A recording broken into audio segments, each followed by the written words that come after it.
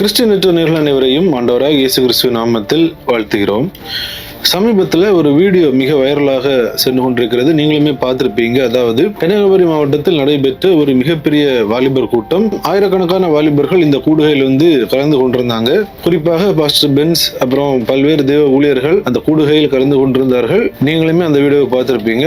அதில் குறிப்பிட்ட ஒரு காவல் அதிகாரி, அதாவது கன்னியாகுமரி மாவட்டத்தை சார்ந்த ஒரு காவல் அதிகாரி, நிம்மர் என்று சொல்லப்படுகின்ற ஒரு டீம், அதாவது கன்னியாகுமரி மாவட்டத்தின் எஸ்பியாக இருக்கிற ஸ்டாலின் அவர்கள் தலைமையில் ஏற்படுத்தப்பட்ட ஒரு குழு. அந்த குழுவை சார்ந்த காவல்துறை அதிகாரிகள் இந்த வாலிபர் முகாமுக்கு வந்திருந்தார்கள்.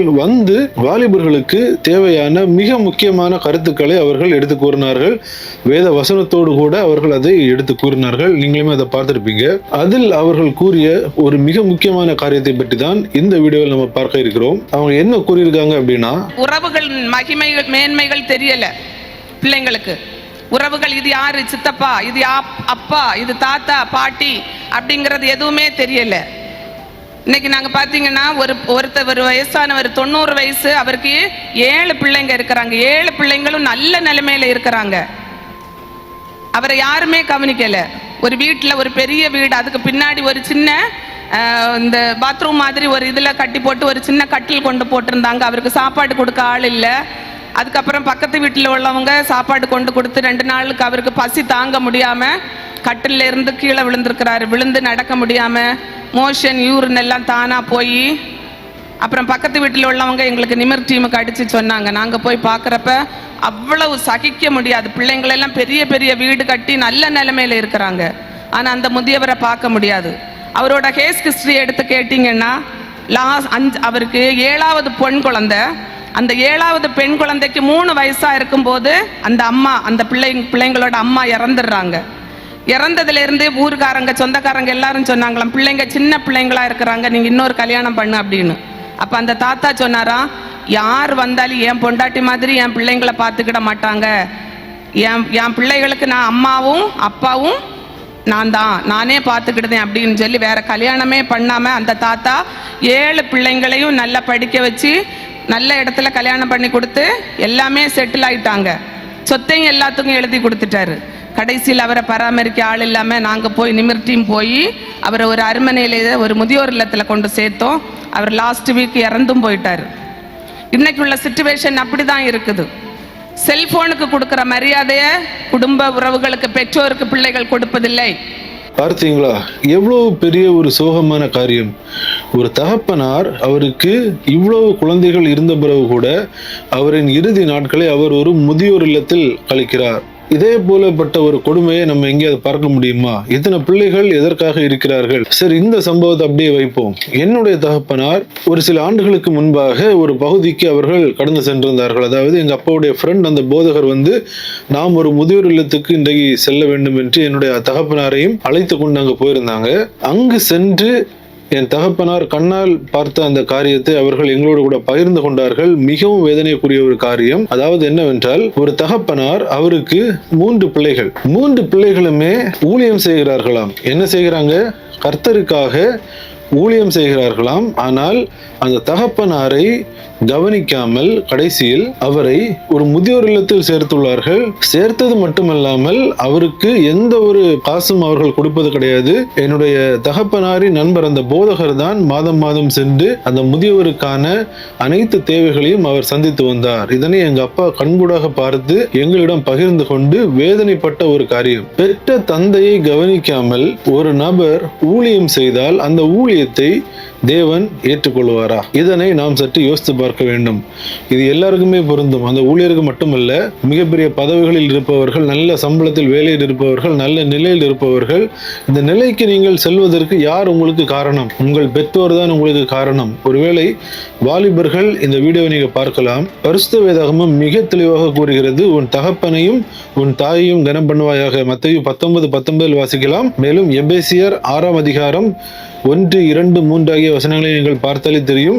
நீங்கள் உங்கள் பெற்றோருக்கு கீழ்ப்படிய வேண்டும். நீ நன்றாக இருப்பதற்கு, உன் வாழ்நாள் நீடித்திருப்பதற்கு உன் தகப்பனையும் தாயையும் கனம் பண்ணுவாயாக என்று மிக தெளிவாக வேதம் சொல்கிறது. இந்த வசனத்தை எல்லாம் மறந்துவிட்டு நான் ஊழியம் செய்கிறேன், நான் தேவனுக்கு தொண்டு செய்கிறேன், நான் அந்த ஊழியம் செய்கிறேன், நான் இது செய்கிறேன் என்று சொல்லி பெற்றோரை கவனிக்காமல் அவரை முதியோர் இல்லத்தில் வைத்துவிட்டு ஊழியம் செய்தால் இந்த ஊழியம் யாருக்கான ஊழியம்? பரலோகம் ஒரு நாளும் இப்படிப்பட்ட ஊழியத்தை அங்கீகரிக்காது.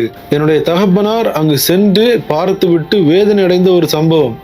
யாருக்கு ஊழியம் பண்றாங்க, என்ன பண்றாங்க, ஒன்றுமே புரியல. இன்றைக்கும் இந்த உலகத்தில் அதான் நடந்து கொண்டிருக்கிறது. மனுஷர் பார்வைக்கு தங்களை பெரிய ஆட்களாக காட்டிக்கொள்ள வேண்டும் என்றுதான் அநேகருடைய எண்ணங்கள் காணப்படுகிறது. ஆனால் வாழ்க்கையை சென்று பார்க்கும்போது அது வேதத்தின்படி இல்லை. வேதம் சொல்லுகிற காரியம் உன் பெற்றோரை நீ கனம் பண்ண வேண்டும். அதை செய்யாமல் நீங்கள் எந்த தொழில் செய்தாலும் ஊழியம் செய்தாலும் என்ன செய்தாலுமே பரலோகம் ஒரு நாளும் ஏற்றுக்கொள்ளாது. இந்த பூமியில் ஒருவேளை நன்றாக இருக்கலாம், நல்ல முறையில் இருக்கலாம், நல்ல சம்பாதிக்கலாம், நல்ல ஊழியம் செய்தது போல் இருக்கலாம். ஆனால் ஒரு நாள் ஆண்டவர் கூறுவார், எனக்கு உன்னை தெரியாது, நீ என்ன ஊழியம் செய்தாலும் நீ உன் பெற்றோரை கவனிக்கவில்லை அல்லவா, நீ அகன்று போ என்று சொல்லிவிடுவார்.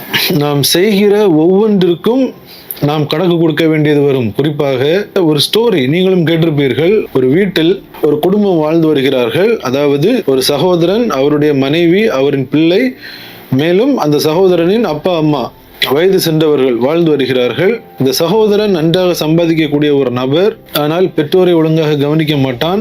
அந்த பெற்றோருக்கு மிகவும் கீழ்த்தரமான ஒரு பாத்திரத்தில், அதாவது அனிமல்ஸ், நாம் வீட்டில் வளர்க்கக்கூடிய நாய், பூனை, இவைகளுக்கு எந்த ஒரு பாத்திரத்தில் ஆகாரம் கொடுப்பார்களோ அதே போன்ற ஒரு பாத்திரத்தில் அந்த பெற்றோருக்கு அவன் உணவளித்து வந்துள்ளான்.